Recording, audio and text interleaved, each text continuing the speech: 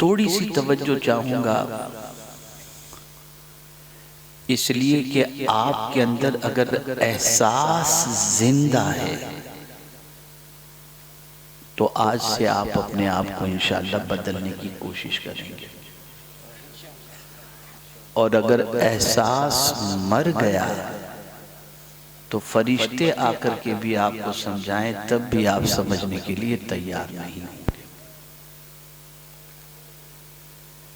एक होता है गलती करना, क्या है यार मैं समझ नहीं पा रहा हूं, आपको जो कुछ करना है कर लीजिए, मैं बाद में तकरीर करूंगा। एक होता है गलती करना और एक होता है गलती करने के बाद गलती का एहसास न होना। हाँ कर लिया खत्म हो गई बात। दोनों में बड़ा फर्क होता है। वो इंसान अपने आप को संवार सकता है जिसको अपनी गलती का एहसास हो, और जिसको गलती का एहसास ही न हो उसके संवरने के इम्कानात नहीं होते। मुसलमान जिस सिचुएशन में इस वक्त है वो सिचुएशन ये है कि गलती पर गलती पर गलती पर गलती कर रहा है, जिसकी वजह से वो बेइज्जत, रुसवा और तबाह हो रहा है, लेकिन उस गलती का उसे कोई एहसास नहीं, बल्कि उसका हाल ये है कि वो अपनी तबाही का ठेकरा किसी और पर फोड़ता है कि उसकी वजह से मैं बर्बाद हुआ। मेरे प्यारे आका सल्लल्लाहु अलैहि वसल्लम के प्यारे दीवानों, हमारा बड़ा रोशन माजी है। हम अगर हमारा माजी उठा करके देखें तो हमें पता चलेगा कि हम ही लोग थे कि जब मस्जिद से बाहर निकलते थे तो गैर मुस्लिम पानी का गिलास लेकर के खड़े होते कि ये नमाजी अगर पानी पर दम कर देगा तो हमारे घर का मरीज शिफा पा जाएगा। तो पता चला पहले नमाज के लिए लोग जाते थे। आज मैं जब यहाँ आया काफी नौजवान माशाअल्लाह मोहब्बत व अकीदत में देखने मिलने तशरीफ लाए। मैंने उनसे पूछा कि आप में से कितने लोगों ने मगरिब की नमाज अदा की, तो इत्मीनान बख्श कोई जवाब न दे सका। तो मैंने उसी वक्त कहा, खुदा जिंदगी दिया, खुदा रोजी दे रहा है, जब तुम्हारे पास उसके लिए टाइम नहीं तो फिर मेरी मोहब्बत और मेरी मोहब्बत के दावे से क्या फायदा हो सके। असल वजह सबसे बड़ी यह है नमाज छोड़ने की कि हमने कोरोना की तकलीफ को तो जान लिया, हमने जो है मलेरिया और डेंगू की तकलीफ को तो जान लिया, लेकिन हमको ये नहीं मालूम कि नमाज छोड़ने की तकलीफ क्या है।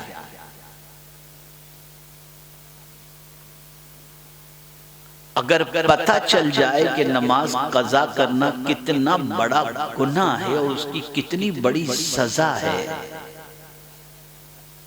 तो मैं यकीन के साथ कहता हूं कि आज का मुसलमान कभी जानबूझ करके नमाज कज़ा करने के लिए तैयार नहीं होगा। एक तो होता है नमाज कज़ा करना और एक होता है नमाज में दिल न लगना, और एक होता है नमाज का बोझ बन जाना, और एक होता है नमाज पढ़ने में शर्मिंदगी महसूस करना। ये सारी वो बलाएं हैं जिसकी वजह से ईमान का टिमटिमाता हुआ दिया कभी भी बुझ सकता है। आप तारीख उठा करके देखें, जिस गौसे पाक रदियल्लाहुल मौला तबारक व तआला अन्हु के नाम की अगर अभी नियाज का ऐलान कर जाए तो पूरा गांव नहीं कुर्ब जवार के सब लोग गौसे पाक की अकीदत में खाने के लिए आ जाएंगे कि उनकी नियाज खाकर हम अपनी आखिरत संवारने की कोशिश करेंगे। लेकिन वो गौसुस सकलैन रदियल्लाहुल मौला तबारक व तआला अन्हु जो पीरों के भी पीर 40 साल तक उन्होंने इशा के वजू से फज्र की नमाज अदा फरमाई। ऐ रसूल आज़म सल्लल्लाहु तआला अलैहि वसल्लम के दीवानों, कुरान मुक़द्दस में रब्बे क़दीर जल्ल जलालहू ने इरशाद फरमाया फ़ख़लफ़ मिन बअदिहिम ख़ल्फ़ुन, उनके बाद ना खलफ आए। तो चुप कराइए, एक मरतबा दुरूद शरीफ पढ़ने। अल्लाहुम्मा सल्लि अला सय्यदिना व मौलाना मुहम्मद मादनिल जूद वल करम व आलिहि व सहाबी व बारिक वसल्लम। आज जब मैं यहाँ आ रहा था तो मैंने सोचा कि हमारे खुतबा चिल्ला चिल्ला के तकरीर क्यों करते हैं, तो थोड़ा सा गौर किया तो मेरी समझ में ये बात आई, पूरी कौम को चिल्लाने की आदत है तो आराम से कोई सुनने को तैयार ही नहीं है, इसलिए बेचारे चिल्लाते हैं ताकि शायद समझ जाए। देखिए वहां चिल्ला रहे आवाज यहाँ आ रही, बगैर माइक के चिल्ला रहे और आवाज यहाँ आ रही। खैर, उनके बाद ना खलफ आए, किनके बाद? अंबिया के नाम अलैहिमुस्सलातु वस्सलाम के बाद, अल्लाह के बरगुज़ीदा बंदों के बाद। वो नाखलफ लोग क्या करते, उनकी दो चीजें बताई गई कुरान मुक़द्दस में। अंबिया सब नमाजी, सहाबा सब नमाजी, बल्कि हुजूर सल्लल्लाहु अलैहि वसल्लम इरशाद फरमाते हैं मन तरका सलात मुतअम्मिदन फ़क़द कफ़र, जिसने जानबूझ करके एक वक्त की नमाज कज़ा की उसने कुफ्र किया। मेरी बहनें बच्चियां सब मौजूद हैं। मैं माजी करीब के एक अजीम शेख शहजादे आला हजरत सैयदी व सनदी सरकार हुज़ूर मुफ्ती आज़म हिंद अलैहि रहमत व रिज़वान के हवाले से बताऊं कि आपकी ज़ौजे मोहतरमा मखदूमा वो सिर्फ मर्दों से पर्दा नहीं करती थी, गैर महरम से, वो सिर्फ गैर महरम से पर्दा नहीं करती थी, बल्कि उनको पता चल जाता कि फला औरत बेनमाजी है तो उससे भी वो पर्दा करती थी। मैं जिम्मेदार से गुजारिश करूंगा जाके वहां चुप कराएं, किसी को वहां चुप कराएं, वो शोर पता नहीं क्यों। एक मतलब दुरूद शरीफ पढ़ लें। अल्लाहुम्मा सल्लि अला सय्यदिना व मौलाना मुहम्मद मादनिल जूद वल करम व आलिहि व सहाबी व बारिक वसल्लम। तो मेरे प्यारे आका सल्लल्लाहु तआला अलैहि वसल्लम के प्यारे दीवानों, बाज़ औलिया का हाल तो ये था कि बेनमाजी के हाथ का पानी भी नहीं पीते थे।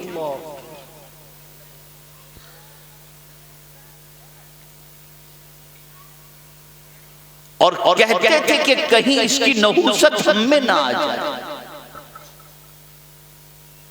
और सैयदना गौसुस सकलैन रदियल्लाहु तआला अन्हु तो हम्बली थे, तो गौसे पाक रदियल्लाहु तआला अन्हु फरमाते हैं बेनमाजी मर जाए तो उसे मुसलमानों के कब्रिस्तान में न दफनाओ। और इमाम अहमद इब्ने हम्बल के मसलक के मुताबिक अगर जानबूझ करके कोई 3 दिन नमाज छोड़ दे तो उसे कैद कर दिया जाए। नमाज कितनी बड़ी इबादत है। वो कौन सी चीज है राहत की या तकलीफ की जिसमें अल्लाह ने नमाज न रखी हो या अल्लाह के रसूल सल्लल्लाहु अलैहि वसल्लम ने नमाज न रखी। बारिश नहीं हो रही, नमाज इस्तिस्का अदा करो। सूरज को ग्रहण लग गया, सलाते कुसूफ अदा करो। गुनाहों में जिंदगी गुजर गई, चाहते हो कि अल्लाह अज़्ज़ व जल्ल माफ फरमा दे, सलातुत तौबा पढ़ो। अल्लाह से कोई हाजत है, सलातुल हाजत पढ़ो। रोजी में बरकत चाहते हो, सलातुल अव्वाबीन पढ़ो। अगर चाहते हो कि फाके से अल्लाह बचा ले, तो नमाज़े चाश्त अदा करो। हर जगह पर नमाज रखी गई, बल्कि कुरान में तो मुसीबत में जिस चीज से मदद मांगने का हुक्म दिया, वाज़ेह तौर पर फरमाया, या अय्युहल्लज़ीना आमनुस्तईनु बिस्सब्रि वस्सलाह। ऐ ईमान वालों, सब्र और नमाज से मदद तलब करो। मेरे प्यारे आका सल्लल्लाहु तआला अलैहि वसल्लम के प्यारे दीवानों, नमाज बहुत बड़ी इबादत है और क़यामत के दिन सबसे पहले जिस इबादत के बारे में सवाल पूछा जाएगा वो नमाज है। यहां लाइट चली जाए, अंधेरा हो जाए, तो आप दुनिया में कुछ छोटा मोटा इंतजाम कर सकते हो तो करेंगे, और रोशनी आपको अच्छी लगती है, अंधेरे में कोई रहना मुनासिब नहीं समझता। कभी आपने और हमने सोचा कि कब्र के अंधेरे के लिए भी कुछ इंतजाम किया हमने? वहां भी तो तारीकी होगी। अगर बादशाह वक्त भी मर जाए, सऊदी का बादशाह भी मर जाए ना, तो वहां इलेक्ट्रिक का कनेक्शन लेकर के नहीं जाएगा कि मेरी कब्र के अंदर यहाँ पर लाइटिंग लगा दो ताकि मैं कब्र के अंदर रोशनी के अंदर रह सकूं ना। जैसा कफन आम मुसलमान को मिलेगा, वैसा कफन उसको भी मिलेगा। जैसा कब्र में सबको उतारा जाता है, उसे भी उतारा जाएगा। बादशाह हो, फकीर हो, वजीर हो, अमीर हो, गरीब हो, कोई भी हो, और सबको उस कब्र में जाना है।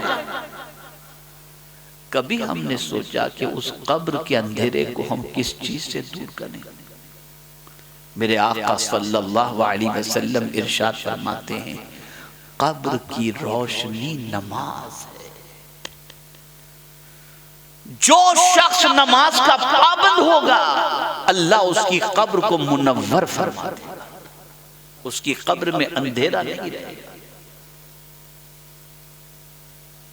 नमाज तो अपनी जगह पर है।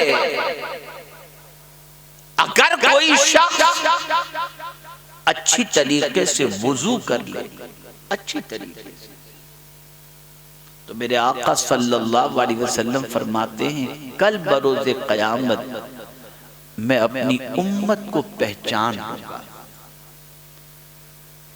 साहबा ने अर्ज किया, या रसूलल्लाह सल्लल्लाहु तआला अलैहि वसल्लम, इंसानों का जम्मे गफीर वहां पर होगा, उसमें हुजूर अपनी उम्मत को आप कैसे पहचानेंगे? अब हुजूर ने क्या फरमाया, समाअत फरमाया। आका करीम सल्लल्लाहु अलैहि वसल्लम इरशाद फरमाते हैं, ये बताओ, काले घोड़ों के अंदर अगर कुछ सफेद घोड़े हों तो पहचानने में दुश्वारी होगी? साहबा ने कहा नहीं। तो इरशाद फरमाया मेरे आका सल्लल्लाहु अलैहि वसल्लम ने, क़यामत के दिन मेरी उम्मत के वुजू के आज़ाए वुजू जो हैं, उनकी चमक से मैं पहचान जाऊंगा कि ये मेरा उम्मती है। जो लोग वुजू करते हैं और अच्छा वुजू करते हैं, तो ये न समझा जाए कि कब्र की मिट्टी उसकी रोशनी को खत्म कर देगी। ये न समझा जाए कि मुद्दतों तक कब्र के अंदर रहने के बाद वुजू की चमक खत्म हो जाएगी।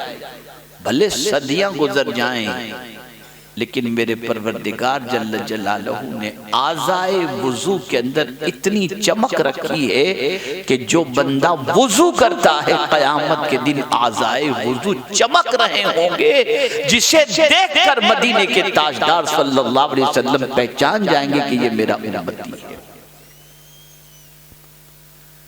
आज बच्चियां क्रीम लगाती हैं, मर्द अच्छा फेस वॉश इस्तेमाल करते हैं खूबसूरती के लिए। नमाज से बड़ी भी खूबसूरती की क्या चीज हो सकती है। और नमाज के अंदर भी तहज्जुद, आक़ाए करीम सल्लल्लाहु अलैहि वसल्लम इरशाद फरमाते हैं, जो रात को तहज्जुद की नमाज अदा करता है सुबह उसके चेहरे को अल्लाह मुनव्वर कर दिया करता है। मैं जानता हूं कि आज मेरी गुफ्तगू से आप ये सोच रहे होंगे ये नारे वाली गुफ्तगू तो नहीं हो रही, चिल्लम चिल्ली वाली, लेकिन मैं आपको एक चीज बताऊं, मेरा मिजाज जो है ना, आपको क्या पसंद है मैं ये नहीं सुनाऊंगा, आपकी जरूरत क्या है मैं उसे सुनाऊंगा। मैं जानता हो हाथ हम ये सब करना ये आपको अच्छा लगता है, बाज मन चले लड़के भी होते हैं उनको भी अच्छा लगता है, हम देखते हैं ऐसे जोश में, सबकी मोहब्बत अंदाज है अपनी मोहब्बत का, लेकिन जरूरत क्या है। मैं एक बहुत बड़े इस वक्त के राइटर हैं, कलमकार हैं बहुत बड़े, उन्होंने मुझे एक इलाके के प्रोग्राम के लिए मदऊ किया, तो पहले तो मैंने माजरत चाही, फिर बहुत उन्होंने जिद की तो मैंने उनको जो है वो तारीख दे दी। और जब तारीख दी तो मेरे जहन में एक चीज ये थी कि इतना पढ़ा लिखा बंदा जब प्रोग्राम लिया है तो शायद अवाम भी कुछ पढ़ी लिखी होगी। तो वहां पहुंचने के बाद मैंने मेरी जिंदगी में पहली मर्तबा इतनी जाहिल अवाम मैंने देखी। स्टेज पे तो पढ़े लिखों का जब मैं गफीर था, अब मैं सोचा या अल्लाह मैं इनको क्या सुनाऊं, कुरान के बारे में बोलूंगा तो कुरान पढ़ना नहीं आता। फिर मैंने कोई तकरीर नहीं की, मैंने उनको पहला कलेमा याद कराया, वुजू के फराइज याद कराए, गुस्ल के फराइज याद कराए, ये सारी चीजें मैंने उनको सिखाई। आज भी मैं यहाँ पर इस मजमे के अंदर ये सवाल पूछूं अवाम में से कि आप में से कितने लोग हैं जो सही मानों में पहला कलेमा पढ़ करके सुना दें, मैं पूरे यकीन के साथ कहता हूँ इस मजमे में से 70% कमोबेश ऐसे मुसलमान होंगे जो पहला कलेमा भी सही तौर पर नहीं सुना सके।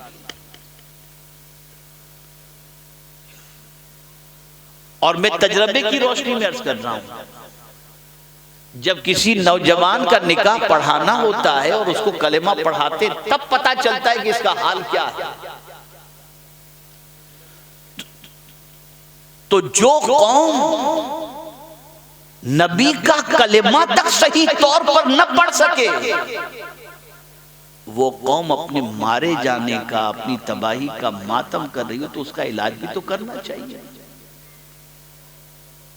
ए रसूल आज़म सल्लल्लाहु ताला अलैहि वसल्लम के प्यारे दीवानों, नमाज कज़ा मत करो।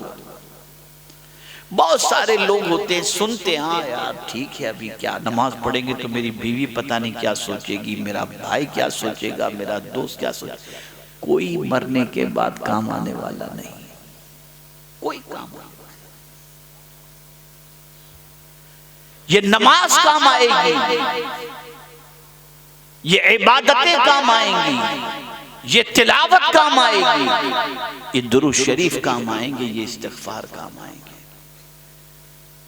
मेरे प्यारे आका सल्लल्लाहु ताला अलैहि वसल्लम के प्यारे दीवानों, इस वक्त पूरी दुनिया में जितनी भी नहूसत हमारे साथ लगी हुई है उसमें सबसे कलीदी रोल अगर किसी चीज का है तो वो मुसलमानों का नमाज कज़ा कर देना। और हदीस मुबारका में है आक़ाए करीम सल्लल्लाहु अलैहि वसल्लम ने इरशाद फरमाया, जिसने जानबूझ करके एक वक्त की नमाज कज़ा कर दी उसने अपने घर वालों को और माल को हलाक कर दिया, ज़ाय कर दिया उसने।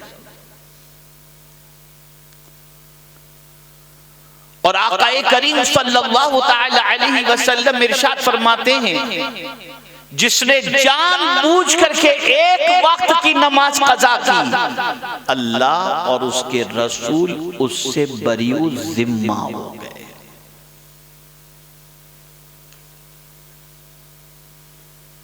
मेरे प्यारे आका सल्लल्लाहु ताला अलैहि वसल्लम के प्यारे दीवानों, आप जरा सोचो, सैयदना फारूक आजम रदी अल्लाह ताला अन्हु के दौरे पाक में एक खातून थी जो मेहनत करती, मशक्कत करती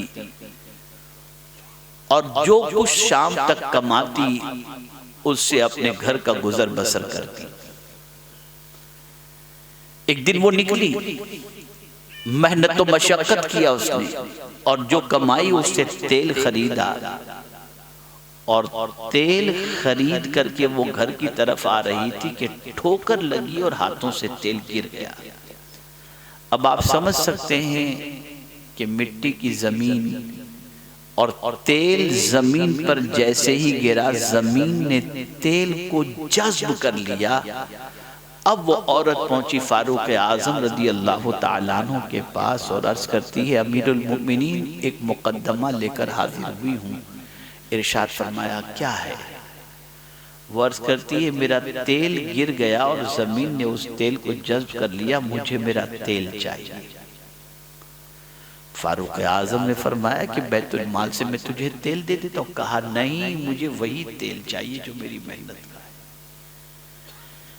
फारूक आजम रज़ी अल्लाहु मौला तबारक व तआला अन्हु ने इरशाद फरमाया, जमीन के अंदर तेल जज्ब हो चुका है, वो तेल तुझे दोबारा कैसे मिलेगा? उसने कहा, अमीरुल मोमिनीन, मुझे वही तेल चाहिए। सैयदना फारूक आजम रज़ी अल्लाह तआला अन्हु ने फरमाया, अच्छा चल बता, तेरा तेल कहाँ गिरा था? वो ले गई, जगह बताई। फारूक आजम रज़ी अल्लाह तआला अन्हु ने जमीन पर ठोकर मारी और फरमाया, ऐ जमीन, इस बुढ़िया का तेल लौटा दे, वरना तुझमें एक बेनमाजी को दफन कर दूंगा। इतना कहना था कि जमीन से तेल निकला और बुढ़िया ने अपना तेल ले लिया। बेनमाजी को जमीन भी कबूल करने के लिए तैयार। क्या समझ रखे हो ये नमाज छोड़ना? ये तर्के सलात कोई मामूली गुनाह है? नमाज कज़ा करना ये कोई मामूली जुर्म है? बल्कि हुजूर सल्लल्लाहु अलैहि वसल्लम इरशाद फरमाते हैं कि जो शख्स जानबूझ करके नमाज कज़ा करता है, उसका नाम जहन्नम के दरवाजे पर लिख दिया जाता है। और रसूल गिरामी वक़ार सल्लल्लाहु ताला अलैहि वसल्लम के दौरे पाक में मोमिन और काफिर, इन दोनों के दरमियान फर्क के लिए यही एक चीज थी जिससे पहचाना जाता था कि ये मोमिन है और ये काफिर, यानी नमाज। अगर नमाज का वक्त होता और कोई नमाज न पढ़ता तो सहाबा समझ जाते कि ये काफिर है। मुसलमानों, इतना तो सोचो, सबके लिए तुम्हारे पास टाइम है, रब के लिए टाइम नहीं। कैसा ज़मीर हो चुका, कैसी तबीयत बन चुकी। आप जरा देखो कि सिर्फ नमाज कज़ा करने ही पर वईद नहीं है, बल्कि वो लोग जो नमाज लेट पढ़ते हैं, दिखावे के लिए पढ़ते हैं, उनके लिए भी कुरान शरीफ के अंदर वईद है, पढ़ने वालों के लिए भी और न पढ़ने वालों के लिए भी है। क़यामत के दिन अल्लाह अज़्ज़ व जल उन बंदों के बारे में इरशाद फरमाता है जिन्हें जहन्नम में डाला जाएगा, पूछा जाएगा, मा सलककुम फी सक़र? तो कुरान कहता है, वो कहेंगे, क़ालू लम नकु मिनल मुसल्लीन। वो कहेंगे, हम नमाज पढ़ने वाले नहीं थे। आप में और हम में कौन है जो जहन्नम के अज़ाब को बर्दाश्त करने की ताकत रखता हो? एक मामूली आग का तिनका, उसकी तकलीफ जब हम बर्दाश्त नहीं कर सकते तो वो जहन्नम जिसके बारे में पैगंबर आजम सल्लल्लाहु अलैहि वसल्लम इरशाद फरमाते हैं कि अगर जहन्नम के दरवाजे को सुई के सुराख के बराबर भी खोल दिया जाए तो पूरी दुनिया जल करके राख हो जाए। आप जरा देखो, माएं पहले अपने बच्चों को नमाजी बनाने के लिए कितनी मेहनत करती हैं। अरे खुद पैगंबर आजम सल्लल्लाहु अलैहि वसल्लम के जद, जिनके बारे में खुद हुजूर सल्लल्लाहु अलैहि वसल्लम फरमाते मैं तो दुआए खलील हूं, उस हजरत इब्राहिम अलैहिस्सलाम की दुआ देखो तो आपको यही दुआ मिलेगी, रब्बि जअलनी मुकीमस्सलाह व मिन ज़ुर्रिय्यती, ए अल्लाह मुझे और मेरी ज़ुर्रियत को नमाज कायम करने वाला बना। खलील है अल्लाह के और फिक्र है तो अपने बारे में और अपनी ज़ुर्रियत के बारे में नमाज के सिलसिले में। आज हमारी कौम की माएं और कौम के मर्द, उन्हें कोई फिक्र नहीं कि बच्चा नमाज पढ़ता है नहीं पढ़ता है, कोई फिक्र नहीं। जरा देखो बाबा फरीदुद्दीन गंज शकर रहमतुल्लाहि ताला अलैह, उनकी वालिदा हजरत बाबा फरीद की वालिदा नन्हे थे हजरत बाबा फरीद, तो उनसे फरमाती हैं उन्होंने चाहा बाबा फरीद की वालिदा ने कि बाबा फरीद को नमाज का पाबंद बनाया जाए। तो बच्चों को मीठी चीज से बड़ी मोहब्बत होती है ना, आज भी बच्चे चॉकलेट आइसक्रीम इसको पसंद करते हैं। हर जमाने में बच्चे की फितरत में है मीठी चीज को पसंद करना। तो उस जमाने में बाबा फरीद के दौर में चॉकलेट और आइसक्रीम वगैरह का दौर नहीं था, शक्कर का दौर था। तो हजरत बाबा फरीद की वालिदा ने बाबा फरीद से फरमाया बेटे नमाज पढ़ो। माँ नमाज पढ़ूंगा तो क्या मिलेगा? बेटा नमाज पढ़ोगे ना तो अल्लाह तुमको शक्कर अता करेगा। मेरे प्यारे आका सल्लल्लाहु ताला अलैहि वसल्लम के प्यारे दीवानों, वो तैयार हो गए। माँ ने अपने बच्चे को वुजू करवाया, वुजू के लिए फरमाया। बेटा जैसे ही वुजू के लिए गया, माँ ने मुसल्ला बिछाया और मुसल्ले के नीचे शक्कर की एक पुड़िया रख दी। हजरत बाबा फरीद ने नमाज अदा की और मुसल्ले को हटाया तो मुसल्ले के नीचे से शक्कर की पुड़िया मिली। खुश हो गए, कहा माँ अब तो मैं एक वक्त की नमाज नहीं वो करूंगा, मैं तो पाबंदी से नमाज पढ़ूंगा, मुझे तो शक्कर चाहिए। अब नमाज शुरू कर दी। छोटी सी उम्र में नमाज फर्ज नहीं थी, लेकिन नमाज पढ़ना शुरू कर दी। जब भी वो वुजू के लिए जाते, मां मुसल्ले के नीचे शक्कर की पुड़िया रख देती। बाबा फरीद नमाज पढ़ लेते, मुसल्ला हटाते, मुसल्ले के नीचे से शक्कर मिलती, खुश हो जाते। दोस्तों के साथ एक दिन खेलने के लिए तशरीफ ले गए और जब नमाज का वक्त हुआ तो दोस्तों से फरमाया आओ नमाज पढ़ ले। तो दोस्तों ने कहा नमाज पढ़ेंगे तो क्या मिलेगा? कहा शक्कर मिलेगी। कहा अच्छा, कहा हाँ। बिछाई चादर, नमाज के लिए खड़े हो गए। उधर माँ को मालूम था कि मेरा बेटा फरीद नमाज छोड़ेगा नहीं, मालूम था माँ को, लेकिन घबरा गई कि आज अगर मुसल्ले के नीचे से शक्कर नहीं मिली तो मेरा तो भरम टूट जाएगा और मेरा बच्चा कहीं नमाज छोड़ न दे। इधर बच्चे ने नमाज के लिए अल्लाह की बारगाह में खड़े होकर अपने साथियों के साथ अदा करना शुरू किया। घर में बैठी हुई माँ ने मुसल्ला बिछाया और अर्ज किया, अल्लाह आज तक मैंने उसे तेरी बारगाह में झुकाने के लिए रोजाना मुसल्ले के नीचे शक्कर रख देती थी। तू कादिर मुतलक है, आज जब मेरा बेटा फरीद नमाज अदा कर रहा हो तो उसकी चादर के नीचे शक्कर का एहतमाम तू अपनी शान के मुताबिक कर देना। बाबा फरीद ने नमाज पढ़ी, साथियों ने नमाज पढ़ी। नमाज के बाद जब चादर उठाई तो नीचे शक्कर का खजाना मौजूद था। इसी वजह से बाबा फरीद को गंज शक्कर कहा जाता है, शक्कर का खजाना। क्या माएं थी, आप जरा सोचो।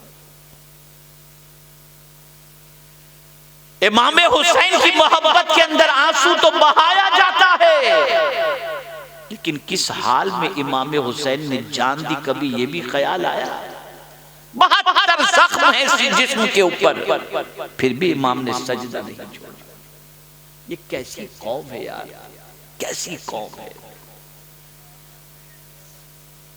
कि आराम से नमाज छोड़ो, कोई घबराहट नहीं, कोई फिक्र नहीं, कोई टेंशन नहीं।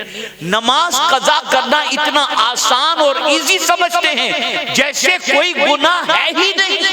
ये इतना बड़ा गुनाह है कि खुदा की कसम मैं आपको क्या बताऊं कि सारी नहूसतें इस नमाज को छोड़ने की वजह से आती हैं। मुसलमान और नमाज छोड़,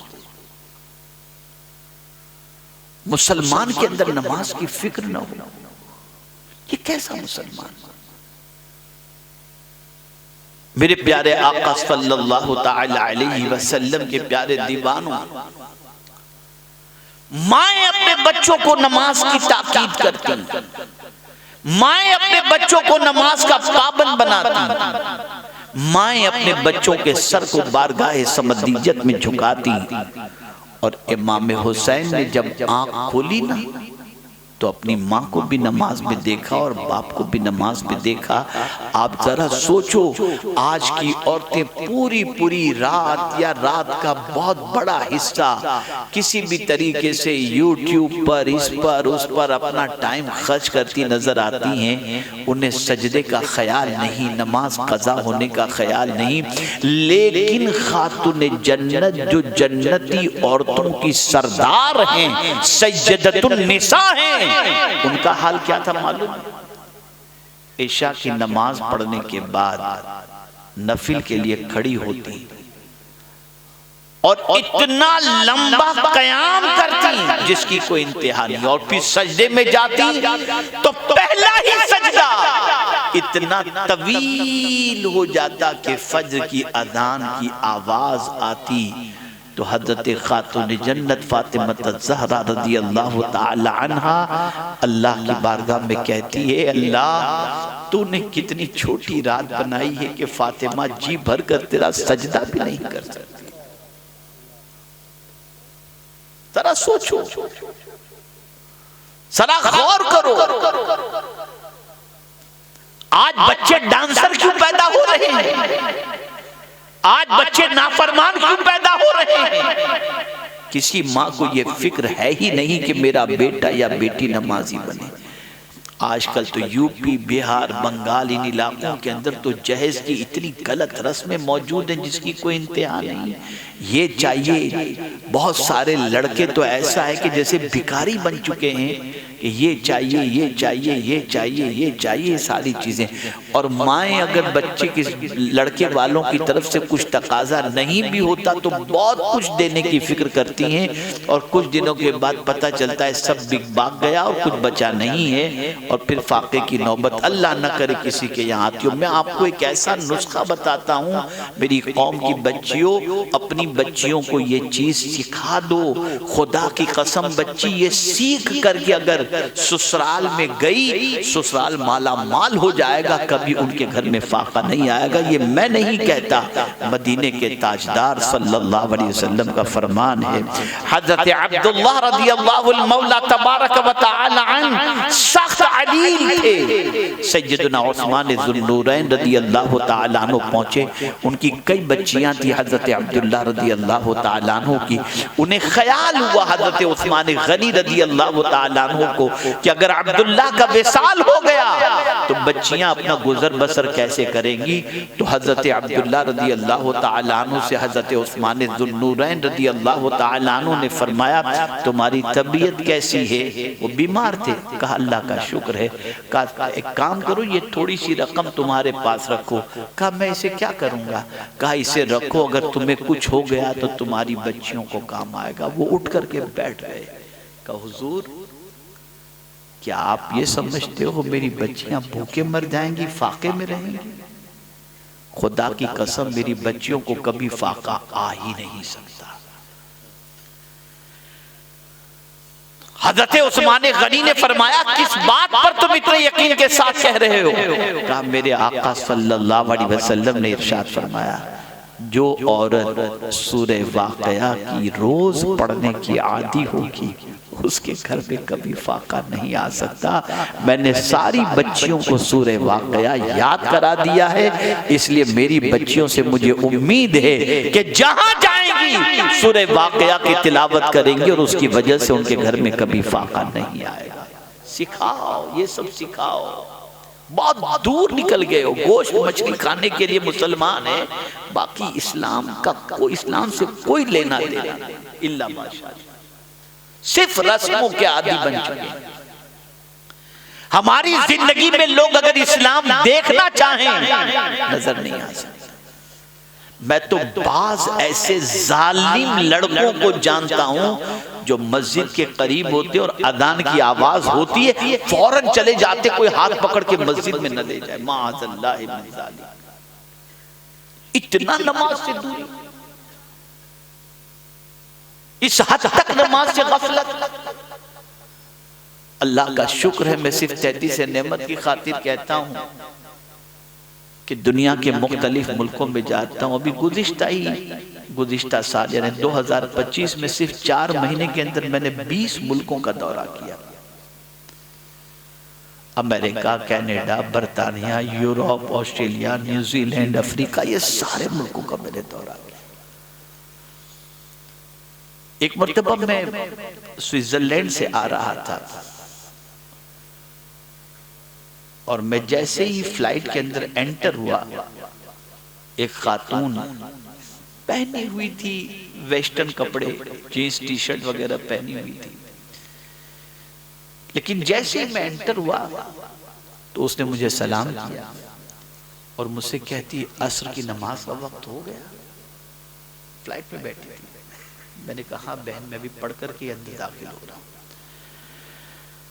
बस उसने फौरन ट्रे खोली, पर्स में से दुपट्टा निकाला, पहनी और नमाज पढ़ना शुरू कर दी।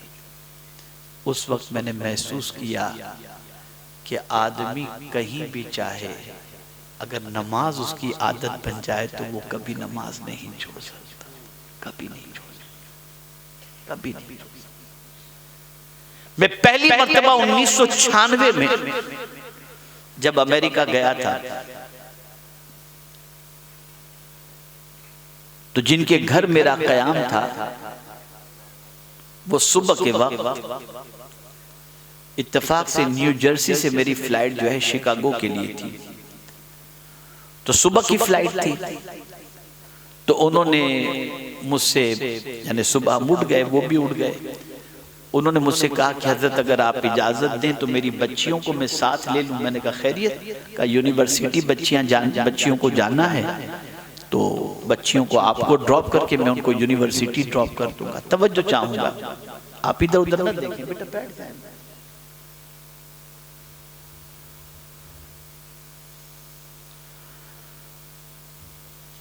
तो आपको छोड़कर एयरपोर्ट पर मैं अपनी बच्चियों को यूनिवर्सिटी छोड़ दूंगा, कोई प्रॉब्लम नहीं, बिठा लीजिए उनको। और मेरी आदत के मुताबिक मैंने उनसे कहा, मैंने कहा यूसुफ भाई आज तो आपको मैंने बहुत तकलीफ दी। सुबह सुबह मैंने देखा कि पूरे घर की बत्तियां जलनी शुरू हो गई थी और ऐसा लगा कि अर्ली मॉर्निंग मुझे जाने की वजह से सबकी नींदें खराब हो गई। नहीं हजरत, मेरे यहाँ तो अल्हम्दुलिल्लाह मेरे बच्चे बच्चियाँ सब 5 वक्ता नमाज के पाबंद हैं। और ये जो मेरी बच्चियाँ आपके साथ यानी अपने साथ जो चल रही हैं यूनिवर्सिटी के लिए, मेरी बच्चियों के बैग के अंदर भी मुसल्ला है, बच्चियों के बैग में भी मुसल्ला है। अमेरिका की बात कर रहा हूं, हिंदुस्तान की नहीं। मुझे एक शौक पैदा हुआ, मैंने कहा यार यूसुफ भाई मुझे ये बताइए कि आपने अपनी बच्चियों को नमाजी बनाया कैसे, और अमेरिका जैसे आजाद माहौल के अंदर इन बच्चियों को नमाज का पाबंद रखा है, कैसे रखा आपने? कज़त ऐसा हुआ कि मेरी जॉब यहाँ लगी अमेरिका के अंदर, मैं यहाँ आया तो मैंने यहाँ का माहौल देखा, बड़ी गंदगी बड़ी गंदगी बड़ी गंदगी, और बीवी बच्चों से दूरी भी थोड़ी सता रही थी। और बच्चे बार बार मैसेज, अब वो आपकी बहुत याद आती है, अब वो हमको बुला लो, अब हमको बुला लो। और मुझे डर लगता था कि यहाँ के माहौल के अंदर मेरी बच्चियों का मुस्तकबिल खराब न हो जाए, लेकिन मेरी आदत थी रोज में कंजुल ईमान पढ़ता था। बच्चियों की याद मुझे भी आती थी, बीवी की याद भी आती थी, बुलाना भी चाहता था, लेकिन माहौल खराब। इत्तेफाक से फिर एक बार मैं कुरान शरीफ की तिलावत करते करते इस आयत पर पहुंच गया, इन्नस्सलाता तन्हा अनिल फ़ाहशाइ वल मुनकर, कि बेशक नमाज बेहयाई और बुरी बातों से रोकती है। बस मुझे इलाज मिल गया। मैंने उसी वक्त अपने बच्चों को मैसेज किया कि अगर तुमको अमेरिका आना है तो 6 महीने तक तुम्हारी एक वक्त की भी अगर नमाज कज़ा नहीं होगी तो मैं तुमको अमेरिका बुलाऊंगा। मेरे बच्चों ने मेहनत की, 6 महीने तक एक वक्त की नमाज कज़ा होने नहीं दी, और उसके बाद उन्होंने मुझे कहा कि हम सच्ची बात कर रहे हैं कि हमने एक वक्त की नमाज भी कज़ा नहीं की। फिर मैंने उनके लिए अप्लाई किया, उनको वीज़ा मिली, और ये मेरी बच्चियां और मेरी बीवी वगैरह सब यहाँ आ गए। तो उस वक्त की नमाज की आदत आज तक मेरी बच्चियों के अंदर मौजूद है। और सिर्फ उन बच्चियों में नमाज की आदत नहीं, आज मैं जब जाता हूं तो उन बच्चियों के बच्चों को भी देखता हूं और उनके बच्चों को भी देखता हूं तो नमाज के मुताबिक। तुम क्या समझते हो? मैं थोड़ी कड़वी बात कर रहा हूं, थोड़ी कड़वी। पहले तो ये बता दूं, अल्हम्दुलिल्लाह मैं भी पीरी मुरीदी का कायल हूँ, तावीज़ात के बारे में भी यकीन रखता हूँ, खुद भी तावीज़ बुजुर्गों से लेता हूँ, और कभी कभी कुछ अपने टूटे फूटे कलम से कुछ लिख करके भी दे देता हूँ।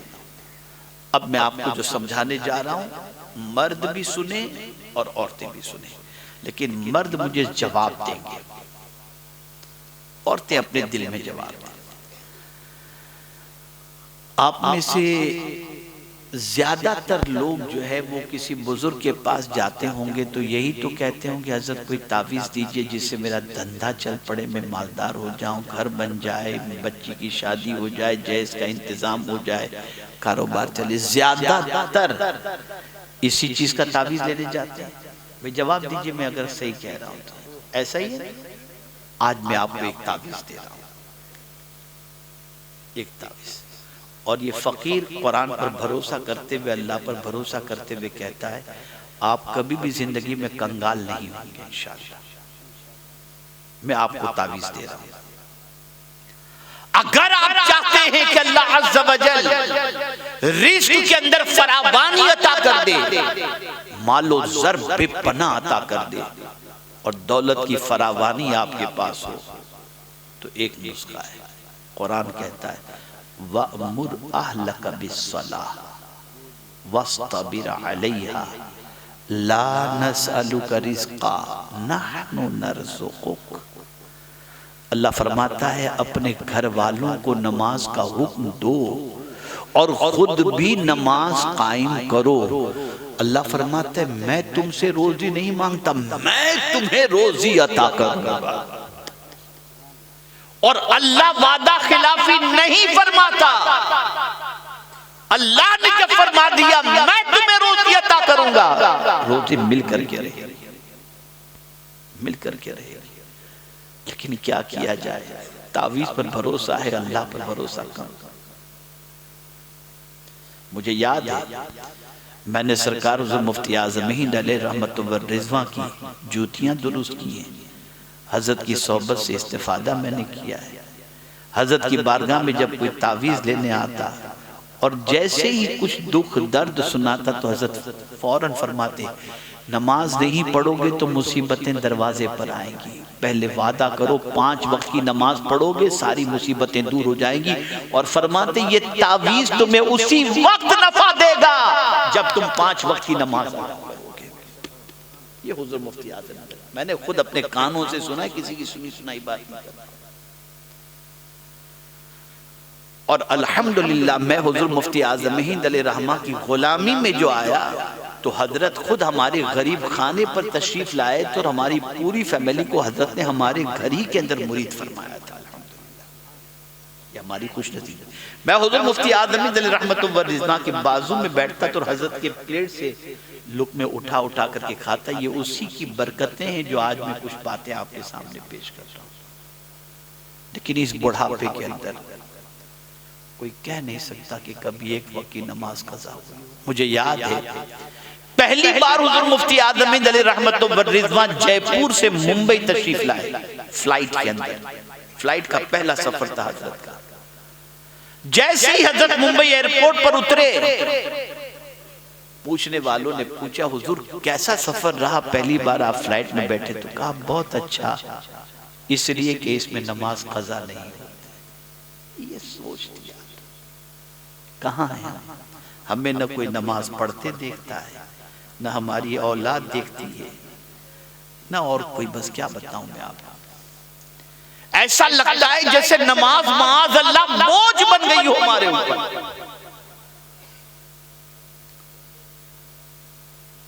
आक़ाए करीम सल्लल्लाहु अलैहि वसल्लम जब बेचैन होते तो हजरत बिलाल से फरमाते, अरहना या बिलाल, बिलाल मुझे राहत पहुंचाओ। हजरत बिलाल मुसल्ला बिछाते, हुजूर नमाज अदा करते, सरकार को राहत पहुंचाते। लेकिन आज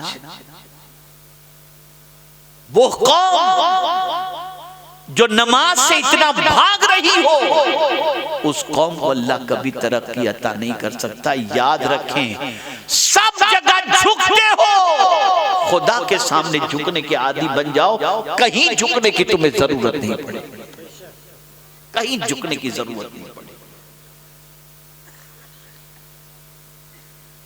सारी इबादतें जमीन पर फर्ज हुई, लेकिन नमाज के लिए अल्लाह अज़्ज़ा व जल्ल ने अपने महबूब को अर्श पर बुलाकर ये तोहफा अता फरमाया। और सरकार की आंखों की ठंडक किस चीज में? सरकार फरमाते नमाज में मेरी आंखों की ठंडक। मैं यहाँ एक बात अर्ज करूं, मेरे एक दोस्त बड़े पक्के नमाजी, बड़े पक्के एकदम मजबूत नमाजी अल्हम्दुलिल्लाह, एक दिन मुझसे कहने लगे, यार नमाजें तो इससे पहले भी मैंने बहुत अदा की, लेकिन यार आज मैंने जो फज्र की नमाज पढ़ी है ना, उसमें जो मुझे सुकून मिला है वो मैं जिंदगी भर नहीं भूल सकता। तो मुझे थोड़ा जानने का शौक हुआ। मैंने कहा, यार ये ऐसी क्या चीज तुमने नमाज में की कि जिससे आज तुमको नमाज में बहुत सुकून मिला? उन्होंने कहा, हज़रत मेरी आंख खुली ना तो तकरीबन 8 मिनट बाकी थे सुबह को फज्र की नमाज का वक्त जाने में। 8 मिनट बाकी थे तुलुए आफ्ताब का। मैंने सोचा, यार मैं अभी उठूंगा, इस्तिंजा करूंगा, वुजू करूंगा, तब तक टाइम चला जाएगा। मैं सोचा सो जाऊं, और मान मुझे ये बात याद आ गई कि हुजूर फरमाते हैं नमाज में मेरी आंखों की ठंडक है। मैं उठ करके बैठ गया कि मैं अगर नमाज पढ़ूंगा मेरे हुजूर की आंखों को ठंडक पहुंच जाए। और मैं उठकर जल्दी से वुजू किया।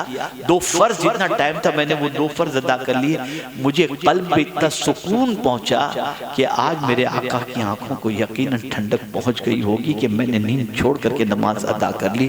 तो आज जो नमाज में मजा आया, ऐसा मजा मुझे कभी नहीं आया। खुदा के बंदो जरा सोचो, नमाज कोई उम्मती पढ़े तो हुजूर की आंखों को ठंडक पहुंचा करती है।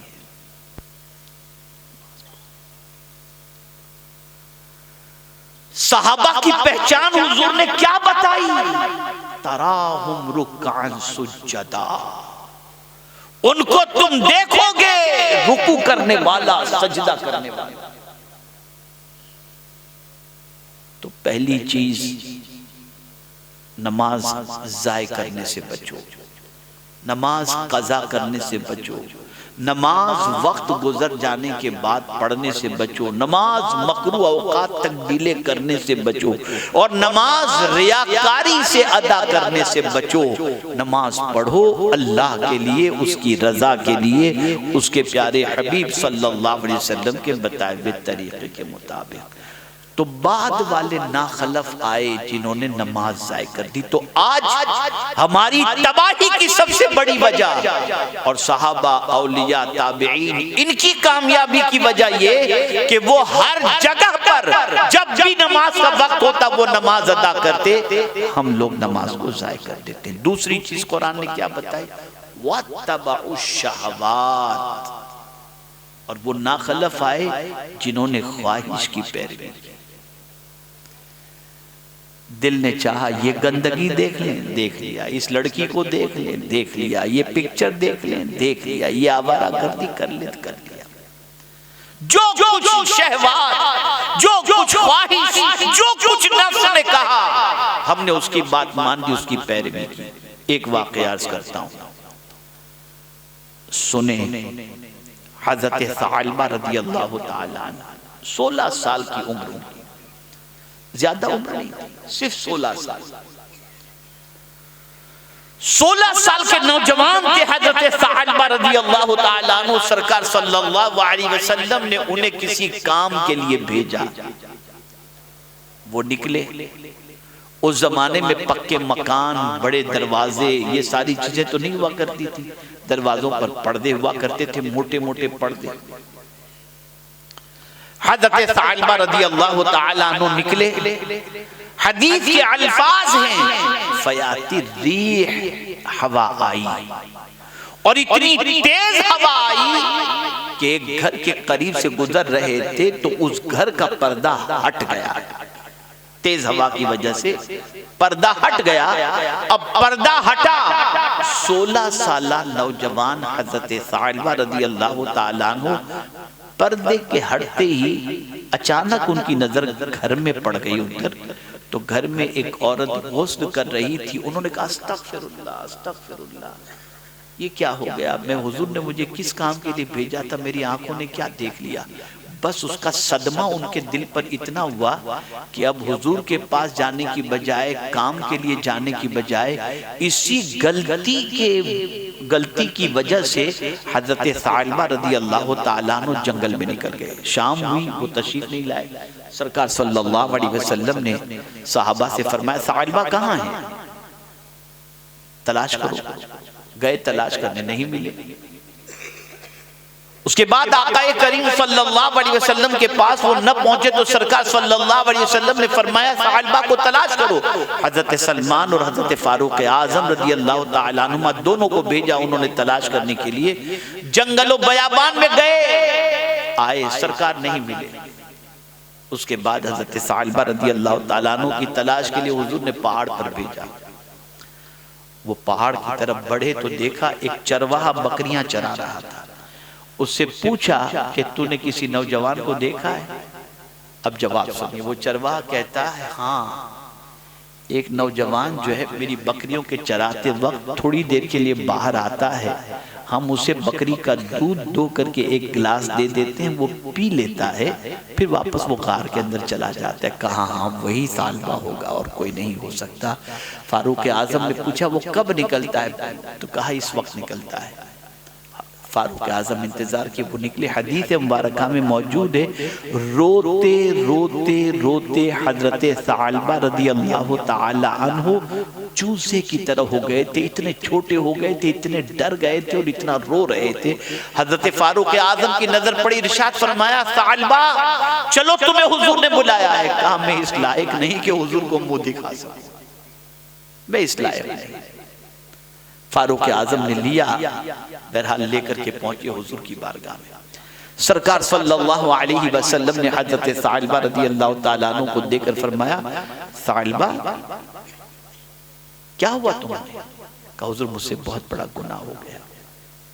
कहा, क्या चाहते हो? हुजूर मेरी माफी के लिए आप दुआ करते। सरकार सल्लल्लाहु अलैहि वसल्लम ने हज़रत सालबा का सर अपनी गोद में लिया, माफी की दुआ फरमाई। एहसास देखिए गुनाह का, गलती का, अनजाने में गलती का एहसास देखिए। हज़रत सालबा रज़ी अल्लाह तआला अन्हु अर्ज़ करते हैं, हुजूर मेरा सर इस लायक नहीं कि आपकी रान पर रख सकूं, सरकार मुझे मेरा सर नीचे रख दीजिए, मैं इस काबिल नहीं हूं। सरकार ने उनका सर नीचे रख दिया। पूछा, सालबा क्या महसूस कर रहे हो? अर्ज करते हैं, हुजूर ऐसा लग रहा है कि मेरे जिस्म के अंदर चूंटियां दौड़ रही हैं। सरकार ने फरमाया, तेरा इस दुनिया से जाने का वक्त करीब आ चुका, कुछ देर के बाद तो अल्लाह से जा मिलेगा। अल्लाह अकबर। थोड़ी देर गुजरी थी, हज़रत सालबा रज़ी अल्लाह तआला अन्हु का विसाल हुआ, नमाज जनाजा हुई। अब उसके बाद जब जनाजा उठाया गया तो सरकार पंजों के बल चल रहे थे। तो साहबा ने कहा, हुजूर इतना मजमा तो है नहीं, हुजूर पंजों के बल क्यों चल रहे? इरशाद फरमाया, सालबा की नमाज, सालबा के जनाजे में आसमान से इतने फरिश्ते आ गए हैं कि पैर रखने की जगह नहीं। अनजाने में एक औरत पर इस तरह से नजर पड़ गई तो उसका एहसास इतना। और आज जो लोग गंदी पिक्चरें देखते हैं, पूरी पूरी रात गुनाह करते, मर्द हो या औरत, क्या मुंह दिखाओगे अल्लाह को, उसके रसूल सल्लल्लाहु अलैहि वसल्लम? कोई डर नहीं, क्या हिसाब का दिन नहीं? इन्ना सम्अ वल बसर वल फुआद कुल्लु उलाइका काना अन्हु मसऊला। कान, आंख और दिल, इनके बारे में अल्लाह पूछेगा। कान से क्या सुना, आंख से क्या देखा, दिल में किसकी मोहब्बत को जगा दी, ये कयामत में पूछा जाएगा, पूछा जाएगा। खुदा के लिए अपनी सोच बदलो, खुदा के लिए अपनी फिक्र बदलो, खुदा के लिए अपने आप को नमाज के लिए आमादा करो। अल्लाह की बारगाह में सजदा करने के आदी बन जाओ, नमाज कायम करने वाले बन जाओ, कज़ा नमाज करने से बचो। मैं आपको यकीन के साथ कहता हूँ, इंसान अगर नमाज का आदी बन जाए, अल्लाह उसकी बरकत से सारे काम आसान कर देता है, सारे काम आसान कर देता है।